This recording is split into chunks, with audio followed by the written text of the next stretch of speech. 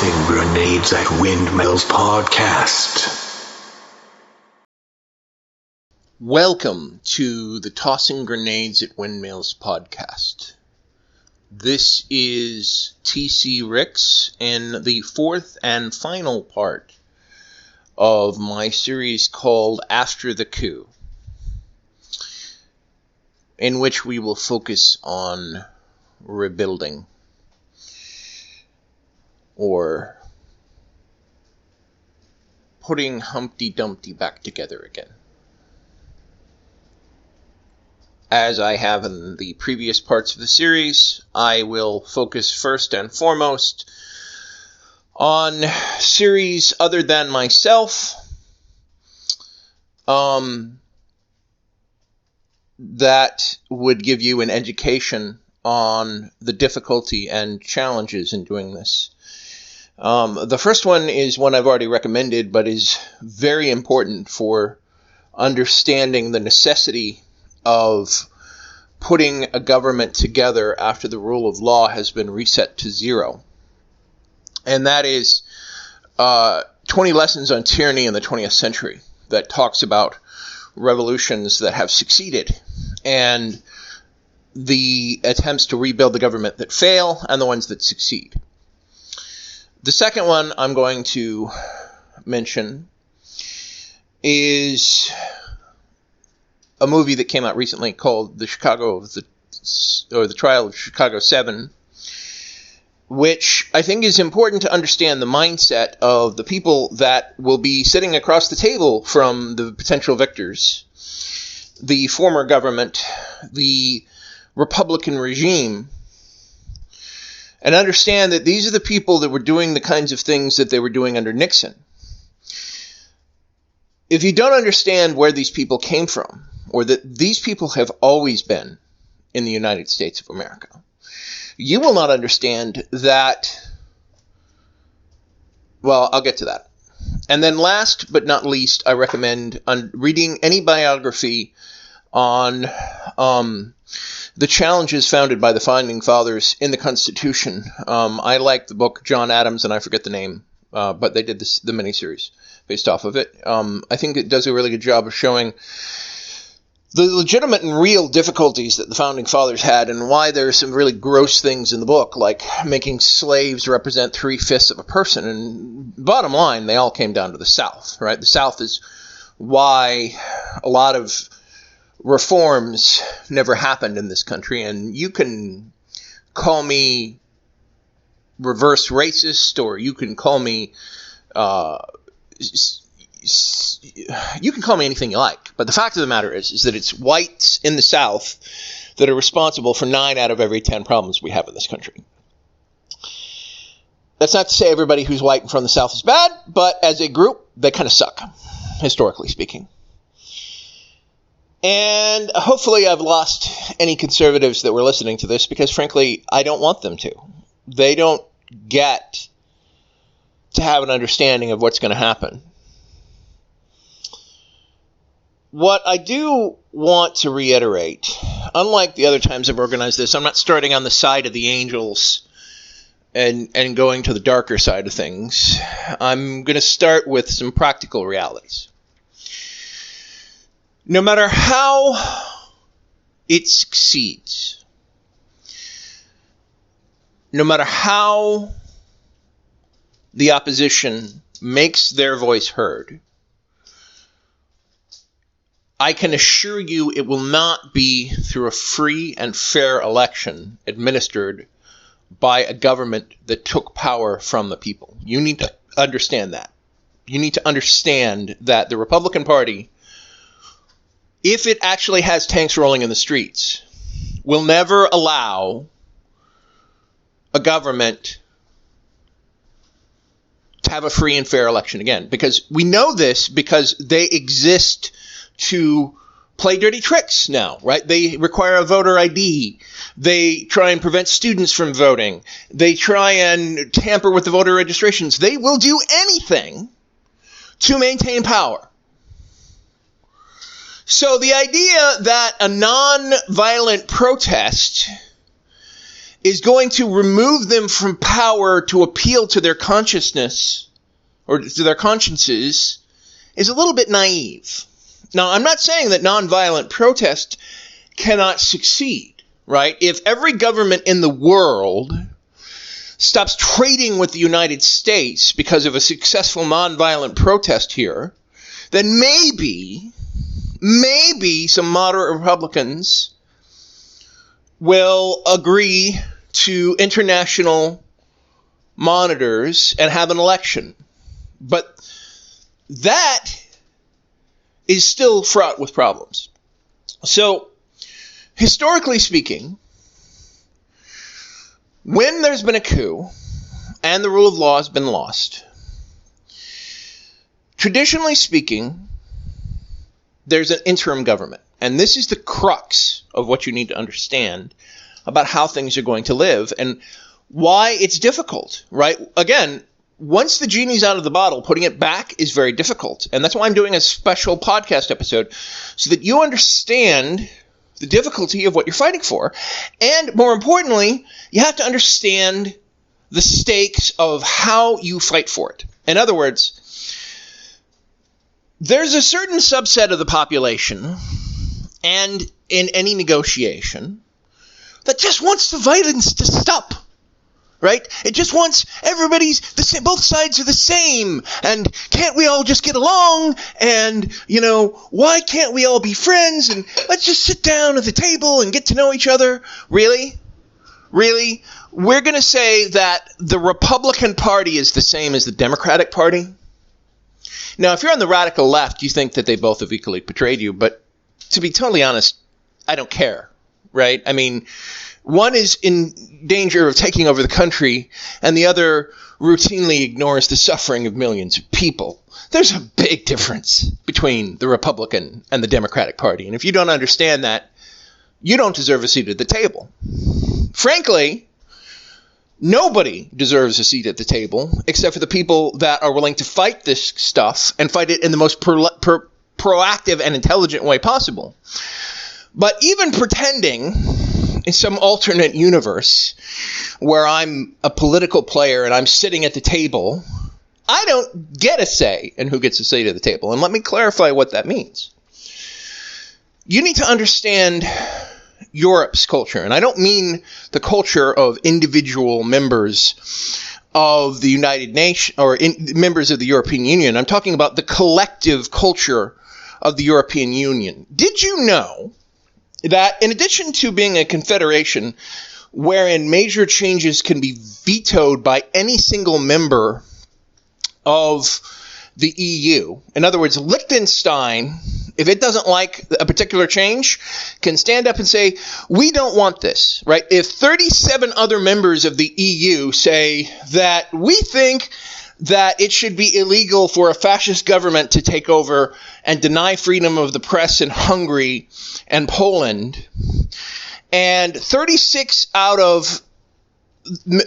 members also agreed to that, Liechtenstein could stand up and say, no, I'm sorry, we can't do anything except for maybe reducing their budgetary funds. There is an actual fascist government running Hungary and an actual fascist government running Poland. They get along great with Trump, by the way. But the EU can't even stop them. The only thing that they can do is reduce their government, the handouts from the EU, which is considerable, by the way. And it took them 3 years. They had to have a special study for 3 years to make that happen. And you need to understand that in the vast majority of the world, military conflicts, and the United Nations is not much better, right? Because the United Nations also puts people like China and Vietnam and Saudi Arabia as chairs of the Human Rights Council.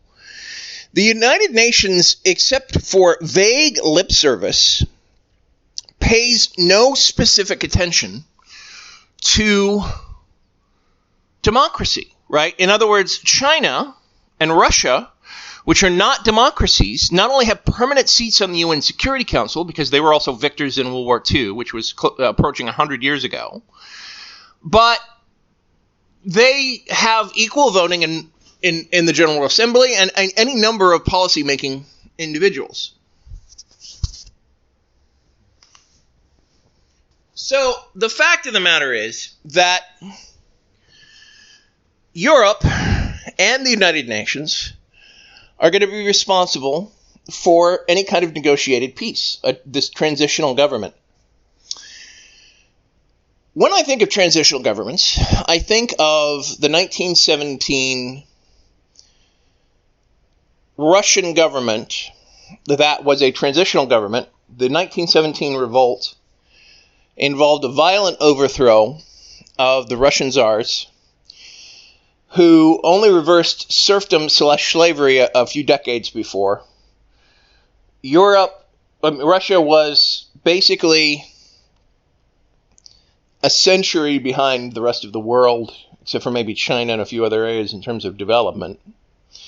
Their military was more or less up to speed, but they basically got their asses kicked by the Germans in World War I, and were only stopped because of the addition of the United States and the harshness again and again and again of the Russian winter. But Germany in World War I, just like it did in World War II, fought against Russia and the United States and England and a lot of other countries. But Germany, for those of you that are unaware, gave a lot of money to Lenin and his boys because they wanted to get Russia out of the war. And the Russian people wanted out of the war. As in World War II, the Russians took so many more casualties than the rest of the world that it's not even funny. France and United States and England like to pretend that we won those wars, and we did, but we did it on the blood of Russia both times.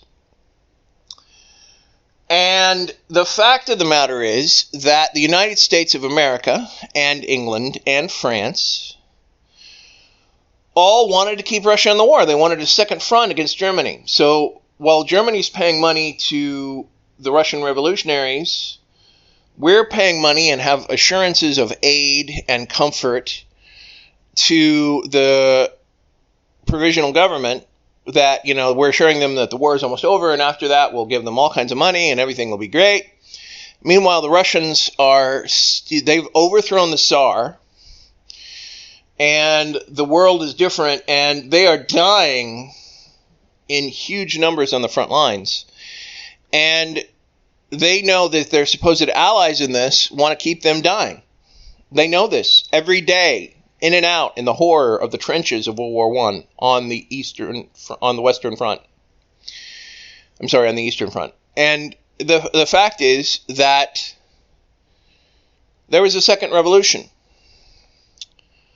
The Democrats, who took the money from the Americans, were removed from power. And those who opposed them were put in power by the military, who had had enough of this crap. But what you may not know is that the Bolsheviks were not the only faction.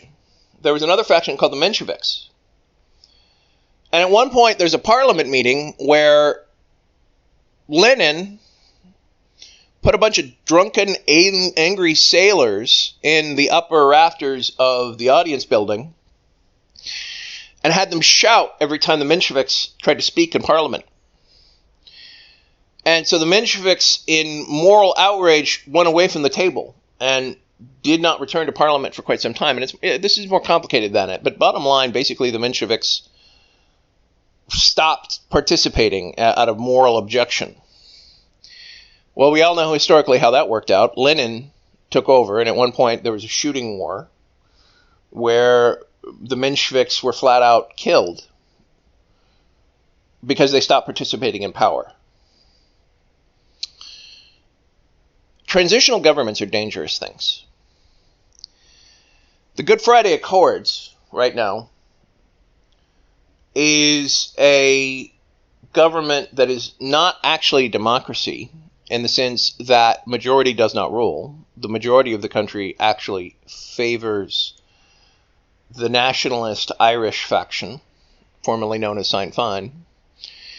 But because of a colonial effort by England in Northern Ireland to move a bunch of angry Scots to North Ireland, they controlled the majority for a long time. When the Irish Revolution happened, and they took most of their country back, at the time, North Ireland wanted to remain with England. And there's still a sizable chunk of the colonial members, the descendants of the colonialists in Northern Ireland that want to remain with the UK. In fact, when Britain tried to leave the UK, the arcane and bizarre rules of the EU basically gave Northern Ireland a huge chunk in that negotiation. And all of this, you might be like, what the hell does this have to do with me and have to do with putting the government of the United States back together after a coup? And you need to understand that as important as the Good Friday Accords are, and they kept the peace while both England and Europe were in Europe, when the United Kingdom leaves, they're trying to take the North Ireland with them. And that's going to rip the Band-Aid off of this situation where the pro-UK and pro-Ireland factions have equal weight on all decisions. And it's not an actual government that is elected by the majority or a normal parliament, but factions. It's the same thing in Lebanon. Recently, there was a huge explosion in Lebanon. And every single religion, sect, or race is given a taste and power in Lebanon in this bizarre power-sharing structure that has nothing to do with the majority. Because the people that want there to just be peace, just let the bloodshed stop, are basically willing to put together any kind of a deal that ignores the dignity and the rights of the voting majority for peace. And in the United States of America, if somehow, through military conflict or economic attrition or nonviolent protest, any which way you choose, these people are going to be involved in the reconstruction of the United States of America. Europe will be involved. Oh, and by the way, I'm sorry, if you don't think that Russia and China are suddenly going to be asking for an advisory seat at the table, then you are incorrect. Because let's remember that this government is going to be backed by either Russia or China, or possibly both. And so they're going to want the ability to help their political allies, right? So, in other words, in 1779, when the American South and the North and the Mid-Atlantic states were all in a room trying to figure out how to make the Constitution of the United States of America, now you're going to have every faction that has a standing, the states, the regional factions, the political factions, the former left, the former right, anybody that Europe feels deserves a voice at the table for stability's purposes. You don't have to take my word for this. Look up what's happening with Catalonia. Look up what's happening with Sudan or Somaliland or any kind of negotiation at the international level.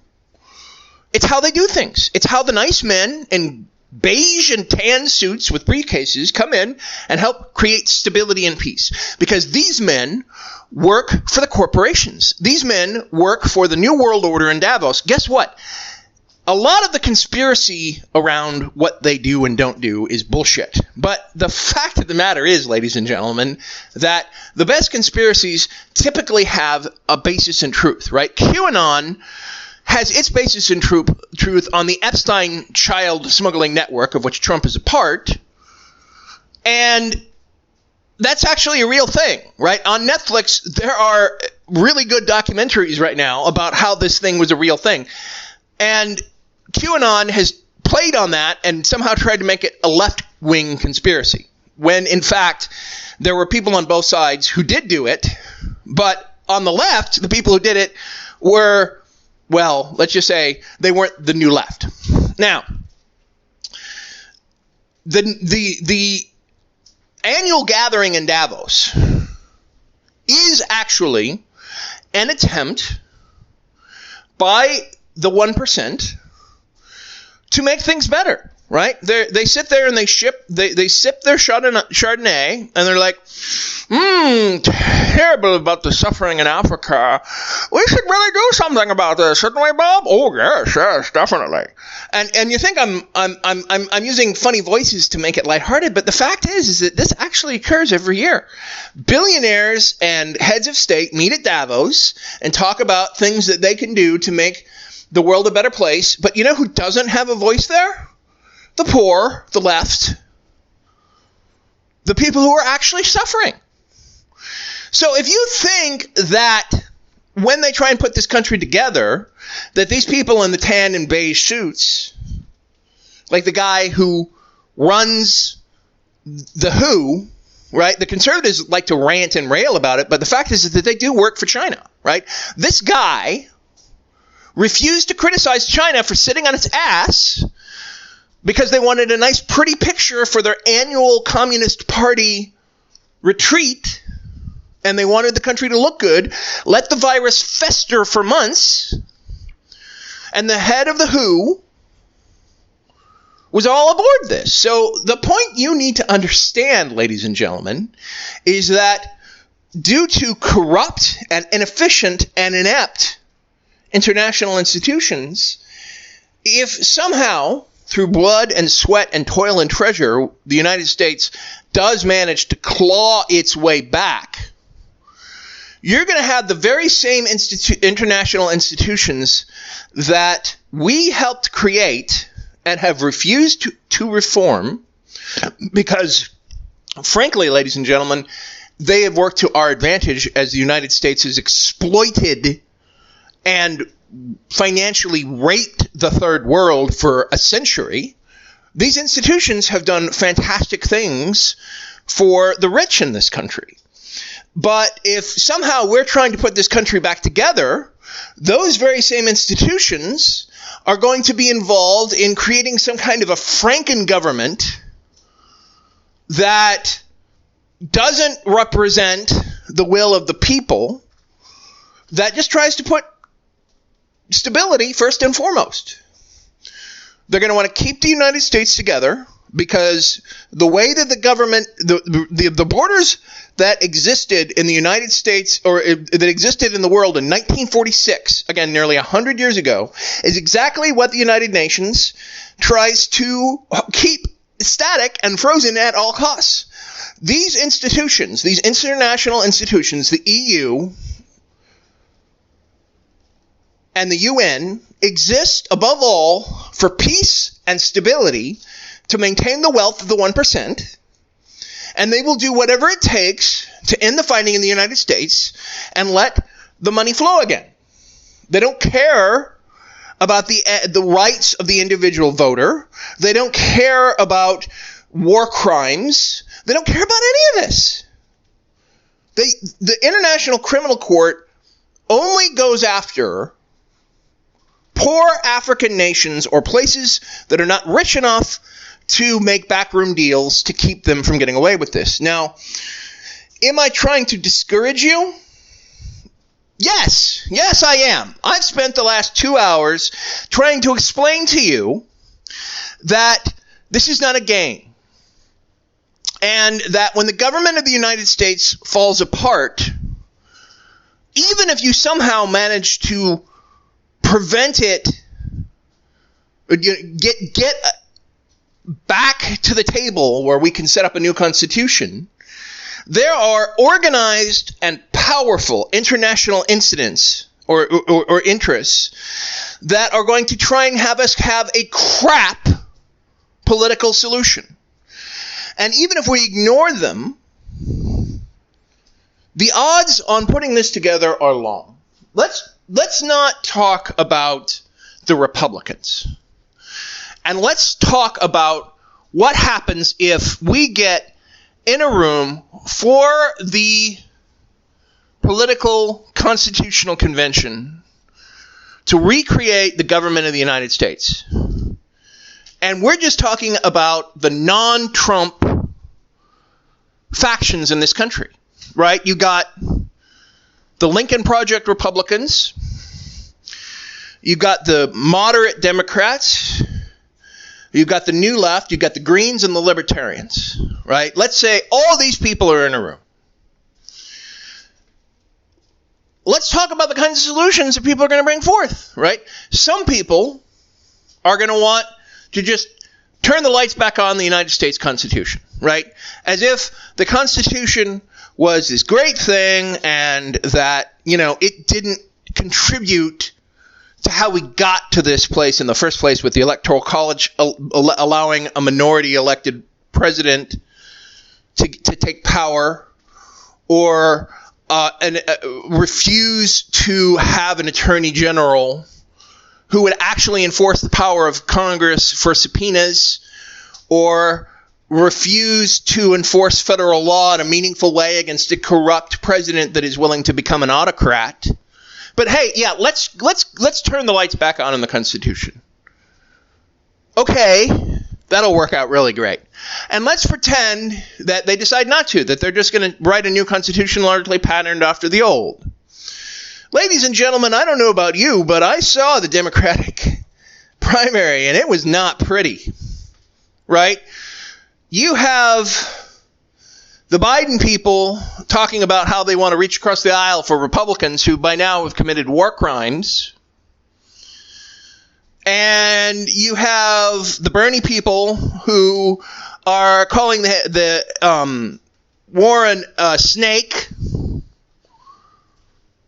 And then you have the people who are the Bernie people who are saying that was all Russian bots and that's not true and that there are no Bernie bros, et cetera, et cetera, et cetera, right? The left might be united temporarily against Trump, but it's not going to stay that way. And yet you expect all these people to get in a room and create a new constitution? Good luck with that. Every time I've done one of these podcasts, I've tried to offer practical solutions. And here's the practical solution. Vote. Vote against Trump. The non-voter is the greatest threat to American democracy since the revolution. Every threat that we have ever faced in this country pales in comparison to the apathy of a non-voter. You look at the opinion polls, and the vast majority of the people in this country do not approve of Trump. But the vast majority of the people in this country sit on their ass. They just sit on their ass and don't vote against this fascist. It's a matter of public record. It's a matter of public record, and these people need to be exposed for who and what they are.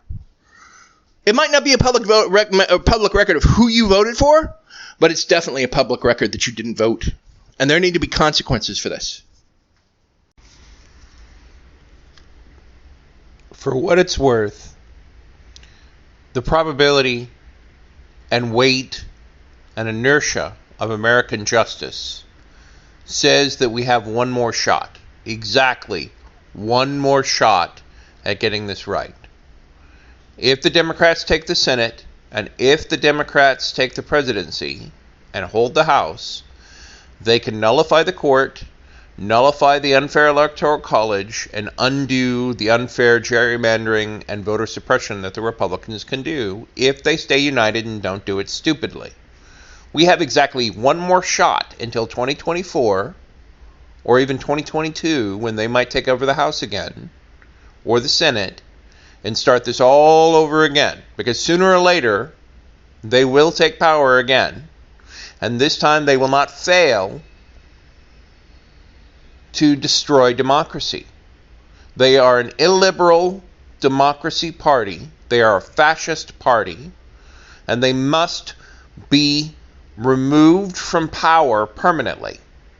And frankly, if we're going to be honest, we need to make sure that we nullify, without making illegal, things like Fox News or the One America Network. We cannot continue to allow echo chambers of lies to fester unchallenged. And unless we're willing to do that, unless we're willing to step up and use the democratic process to ensure free and fair elections, there will be no more free and fair elections. It's over, folks. We've run out of runway. There's no more playing around. Either we step up and protect our society, or we are screwed. It's just that simple.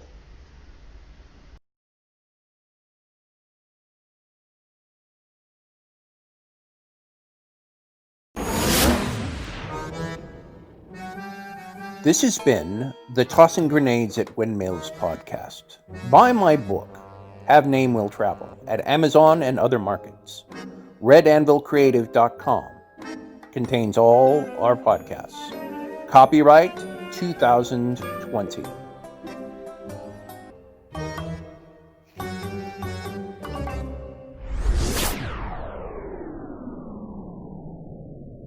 To fight the forces of evil!